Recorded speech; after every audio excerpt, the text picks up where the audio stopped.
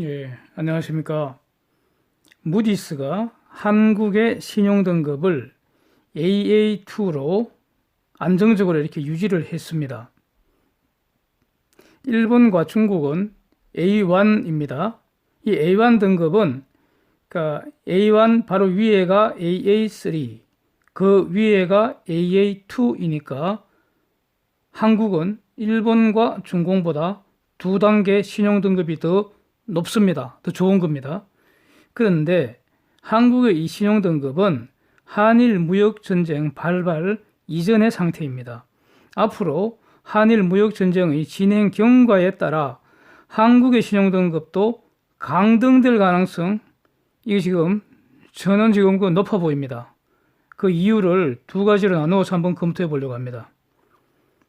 우선 개괄적으로요, 그 신용등급 강등이라는 것은 가령 리세션이 지속되거나 무역 수지가 지속적으로 급감하거나 외환 보유고 급감하거나 부채 규모가 급증하거나 아니면 원 환율이 폭등을 지속하거나 이렇게 경제의 펀더멘털의 악화가 확인되어야 합니다.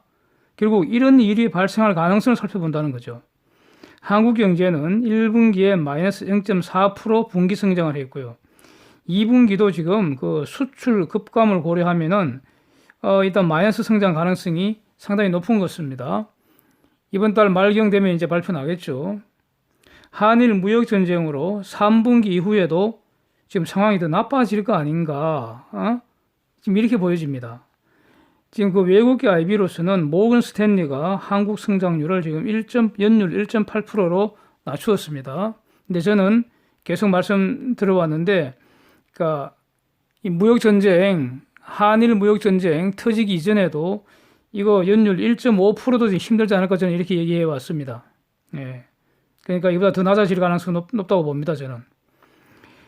그러니까 우선 예? 신용등급 강등 가능성 두 가지 중에 첫 번째로요. 그러니까 지금 한국 제조업 지금 망가지는 중입니다. 한일 무역 전쟁은 이를 더 가속시킬 겁니다, 분명히. 한국의 고비용 저효율 구조, 사유재산 사실상 부정되는 이런 약탈적인 상속세 제도, 노동시장의 구조적 문제점 등으로 제조업 중심으로 한국에는 투자를 안 하고 해외로 이전하거나 탈출하는 현상 갈수록 심화되고 있는 거, 이거는 지금 팩트입니다. 팩트. 이 팩트로부터 다른 것을 이제 추론을 해야 하는 그런 상황이죠. 그래서 한국 경제 지금 많이 어렵습니다. 그렇죠? 앞으로 개선될 희망은 안 보이고요. 그래서 그 한국 경제 위기 상황은 제가 이미 여러 번 관련 영상 올렸고요. 그래서 그 분석 방법이 지금도 유효하다고 저는 보고 있기 때문에 가급적 이제 반복하지 않으려고 합니다. 여기서는 특히 신용등급 관련된 사실 중심으로 한번 놀아보겠습니다. 외부감사 대상인 비금융 영리법인 24,359개 요 가운데 이런 기업 회사 숫자 이 가운데 작년에 영업이익으로 이자도 내지 못하는, 즉 이자 보상 비율이 1 미만인 기업 수가 무려 32.3%, 대략 7,868개사 정도 된다는 겁니다. 네. 2013년 통계 작성 이후 최고치랍니다. 이게 얼마나 어려운지 알겠죠. 이자 못 내면 결국 부도 처리되는 거죠. 부도 안 당하려면은 빚내서 이자를 내야 합니다. 문제는 내년에는 빚이 더 늘어나잖아요. 올해보다 더 많이 성장을 해야 하는데 올해 돈 못 번 거 내년에 벌 수 있을까요? 평균적으로 말입니다. 불가능하겠죠? 불가능하다고 봅니다. 이를 반영해서 금년 상반기 국내 3대 신평사들이 그러니까 지금 상반기 심사를 했을 거 아닙니까? 그래서 등급 전망이 하향된 기업 수가 지금 급증을 했습니다. 글로벌 저명한 신평사 S&P는 향후 한국 기업들의 무더기 신용평가 강등 가능성을 지금 경고를 하고 있습니다.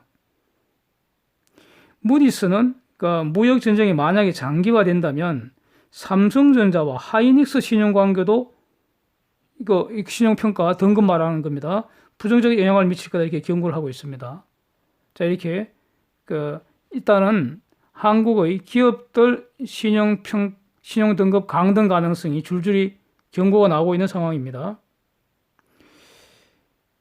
저도 뭐 이전 영상들에서 여러 번 한국 자동차 부품 회사나 내수 기업들, 특도 이 내수용 공기업들 이거 많이 어려워질 거다 이런 얘기 여러 번 했습니다. 그래서 70년대는 가령 당시에 고졸이나 중졸 이렇게 고졸 이하 학력으로 공장에 다니는 아주 힘든 청년들 공돌이 공순이 이렇게 불렸지 않습니까?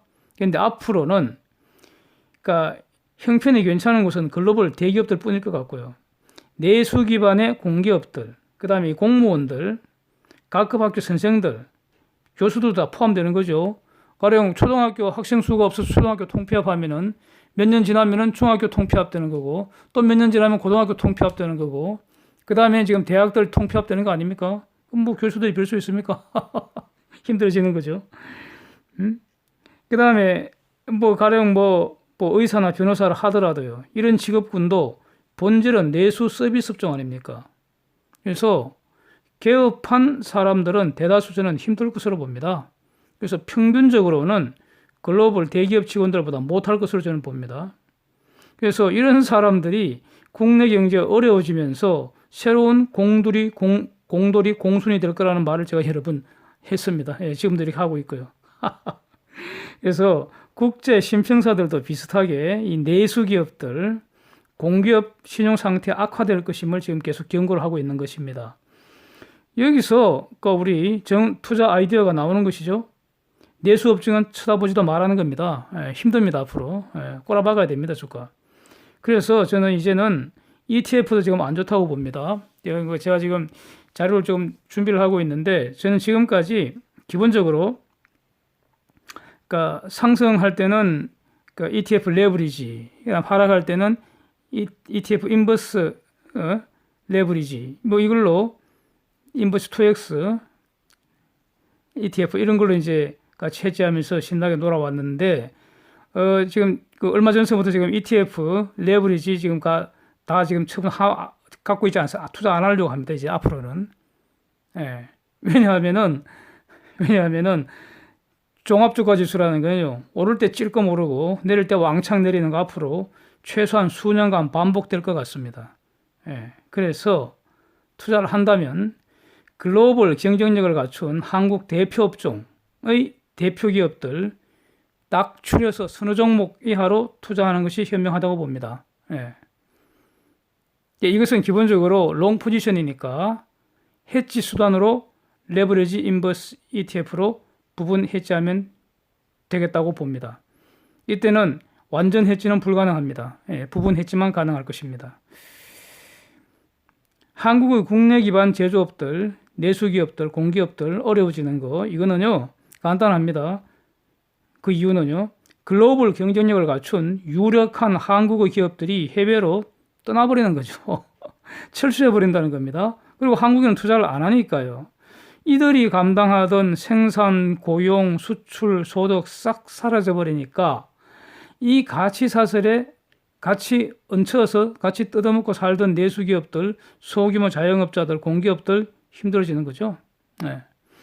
한일 무역전쟁 장기화되고 격화되고 관세전쟁, 금융전쟁으로 싸움판이 커지면 어쩔 것인가. 여기서 국가 신용등급 악화 가능성 이제 비로소 걱정이 되는 것입니다. 그래서 두 번째로 국가 신용등급 악화 가능성 한번 보겠습니다. 그전에 지금 일본이라는 나라 말입니다. 일본이라는 나라 과연 우리가 어떤 태도를 가져야 할 것인가 근본적인 문제를 저는 이렇게 정리를 하고 있습니다.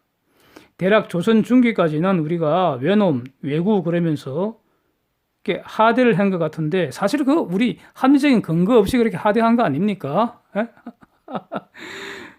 그런데 얘들은 우리보다 근대화를 아주 빨리 적극적으로 시작을 했고요. 그 다음에 아주 매우 강력한 세력으로 성장을 했습니다. 분명히 짧은 기간이지만 아시아를 제패했었죠. 그리고 미국과 강력한 전쟁을 치루었고요. 근데 지금은 미국의 강력한 동맹으로서 지금 번성을 하고 있습니다. 수천 년 역사에서 우리가 중공의 침략으로 인한 손해가 훨씬 많을 텐데 한 번이라도 중공한테 과거의 불법행위 손해배상 요구한 사실이 있습니까? 저는 없는 것으로 압니다. 대략 100여 년 전에 일본의 불법행위에 대해서 1965년 한일 청구권 협정으로 일단락된 것으로 저는 보는데, 또 그렇게 보는 것이 옳다고 저는 봅니다. 일단락 시키는 게. 이제 와서 새삼스럽게 징용 배상 판결로 개지랄을 하면서, 저 완전 개판이라고 봅니다. 네. 새끼들 말이야. 재판하라고 맡겼더니 개판 치고 앉았어요. 결국 위 65년 국가 간 약속을 부정하는 거 아닙니까?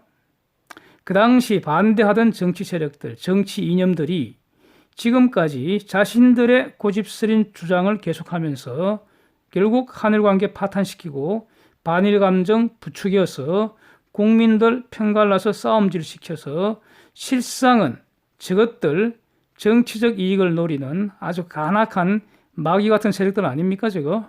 저는 그렇게 보입니다.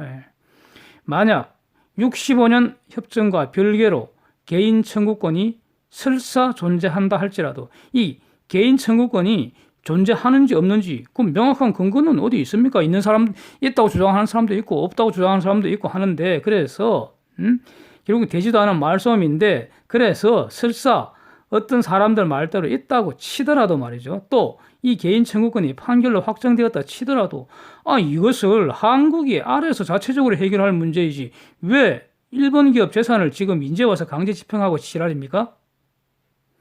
일본이 이러한 조치에 승복하겠습니까? 반발하는 게 당연한 거 아닙니까? 나는 일본 총리가 과거에 말이죠. 과거에 이 이름이 지금 명확히 생각이 안 나는데, 여러 명의 총리가 위안부 문제나 과거사에 대하여 머리 숙여 사죄하는 것을 보고 들었습니다, 저는. 그런데 저 마귀 같은 것들은 그것은 진정성이 없으니까 새로 다시 진정성 있게 또 하라는 겁니다. 아니, 무슨 놈은 사죄를 한두 번 하면 되지 자꾸 하라고 지랄입니까? 박근혜 대통령이 위안부 문제를 어렵게 합의를 하고 일본이 낸 돈으로 치유재단 만들고, 그럼 이렇게 과거사 정리하고 미래로 나가는 것이 저는 옳다고 봅니다. 이것이 옳다고 봅니다.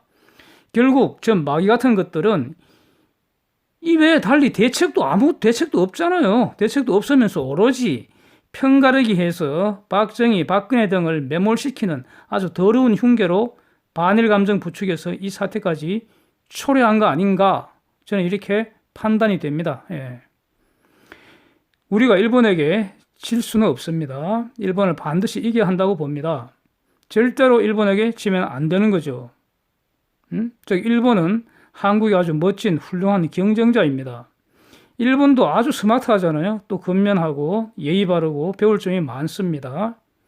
그래서 이 사람들한테서 배울 거는 배우고 서로 협력할 건 협력하면서 선의의 경쟁을 통해서 우리가 앞서 나가야 한다고 봅니다. 지금 우리 국가 신용 등급이 일본보다 2단계 높다고 시작할 때 말씀드렸습니다. 멋지잖아요? 한국의 메모리 반도체 세계를 제패한 거 신나지 않습니까? 그런데 한국 메모리 반도체가 세계를 제패할 수 있었던 것은 일본의 우수한 소재와 우수한 장비가 있었기 때문입니다. 이 사실은 부인할 수 없습니다. 우리가 아무리 노력을 해도요, 또 아무리 돈을 쳐발라도 수년 내 지금 일본 수준의 우수한 소재나 우수한 장비 개발 못합니다. 이거 불가능합니다. 이걸 부추기는 것들은 멍멍이 소리입니다. 만약 그래 된다면 일본은 지금의 지위에서 망한다는 의미입니다. 한국이 피나는 노력을 하면 중급 품질의 소재나 중급 장비는 만들 수는 있겠죠. 그리고 아마 일본에 그래도 특허료는 줘야 할 겁니다. 그런데 그런 중급 소재나 장비로는요, 세계 1등 반도체 못 만들죠. 이런 사실은 저 마귀 같은 내송이들 무슨 반미자주와 꾀꾀거리면서 화염병이나 던지고 말이죠.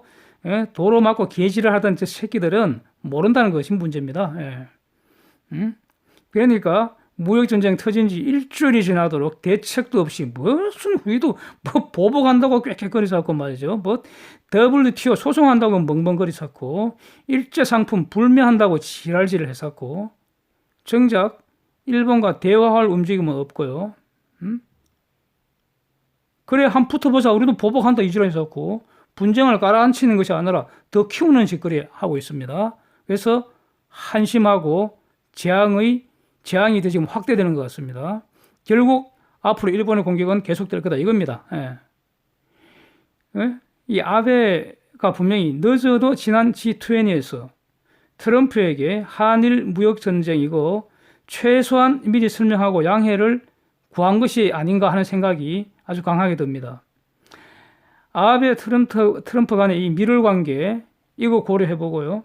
이게 지금 한미일 동맹을 추구하는 미국한테는 매우 심각한 문제일 텐데 미국 입장은 이 한국과 일본은 모두 미국의 친구다 이런 말이나 하면서 트럼프 자신은 잠잠합니다.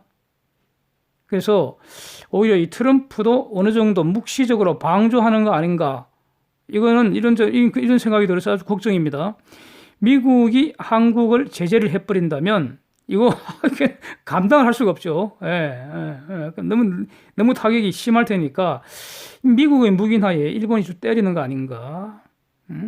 결국 미국도 좀 마귀 같은 것들 친구로 여기기보다는 제거 대상으로 여기는 거 아닌지 몹시 궁금합니다. 앞으로 주목해 보겠습니다. 행동을 보면 알겠죠. 일본의 무역전쟁 이게 만약 장기화되고 품목이 확대되고 또 다른 산업 분야로 확전이 된다면요. 결론은 기업들의 조달 비용이 증가하게 된다는 겁니다.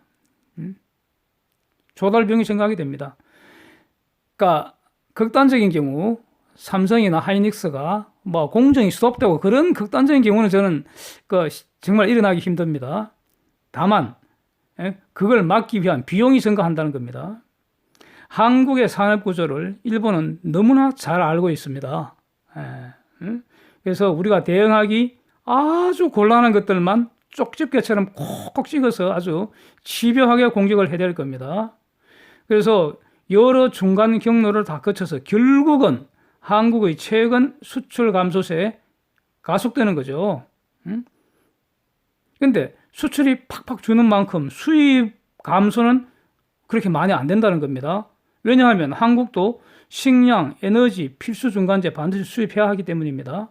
그래서 그러니까 과거처럼 그러니까 수출 줄면 수입은 더 많이 줄어서 불황인데도 흑자는 유지하는 이런 일은 일어나지 않는다는 겁니다. 명고하니 유력 수출 기업들 해외 이전이 계속 늘어나기 때문에 그래서 그렇게 된다는 겁니다. 불황형 흑자 이런 것도 없다는 겁니다. 그래서 수출은 팍 줄지만 수입은 찔끔 줄어서 더 적게 줄어서 무역 수지 흑자 지속적으로 감소하거나 어느 순간 무역 수지 적자 발생할 수 있다 이겁니다.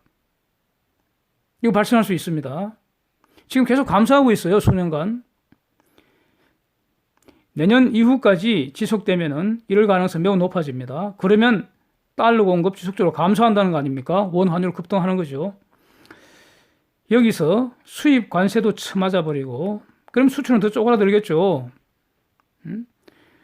금융 규제까지 들어온다면 어떻게 될까요? 확전된다면 이렇게 되는 거 아니겠습니까?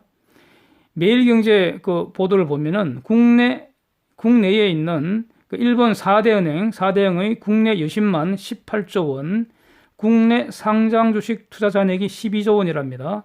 대략 30조 원이라고 보도를 하는데 이게 다는 아니죠. 비상장 주식도 있고요. 문제는 국내 채권 보유액도 주식 못지 않을 겁니다. 엄청난 일본계 자금 돈이 지금 들어와 있습니다. 그런데 한국은 투자 매력이 갈수록 떨어지는 시장입니다. 투자 기피처라는 겁니다. 이런데 지금 한일 무역 전쟁까지 장기화된다면은 투자 여건은 더 저하되겠죠. 떠날 가능성은 높죠. 그래서 요약하면은 한일 무역 전쟁 지속되고 다른 품목, 다른 산업군으로 확전된다면 한국의 기업들부터 이제 신용 강등 줄줄줄 이어지다가 투자 감소하고 수출 급감하고 자본 이탈되고 무역 수지 급감 확인되면 국가의 신용 등급 가능할 것으로 저는 봅니다. 이런 일들이 시작되기 전에 더 악화되기 전에 한일 관계에 맺힌 것을 풀고 무역 전쟁 종결시키려는 노력을 진지하게 해야 한다고 봅니다. 그냥 지금 그 기자들 보고 그 사진 한번 보십시오. 기자들 보고 일본이 수출 규제 풀어야 한다고 말하는 것이 무슨 효과가 있겠습니까? 응? 그런데 문제는 이것을 과연 저 사람들은 모를까 하는 겁니다. 한일 관계를 정상화시킬 마음이 없는 거 아닌지 의심이 된다는 거지. 이게 문제라는 겁니다. 제가 볼 때는. 저것들이 자기들의 정치적 이익을 위해서 반일 감정을 아주 교활하게 부추기고 활용하고 있는 거 아닌지, 예? 그런 생각이 듭니다. 예. 그래서 정치가 경제를 망치는 생비디오를 지금 보고 있는 것 같습니다. 걱정입니다. 예. 여기까지 하겠습니다. 함께 해주셔서 감사합니다.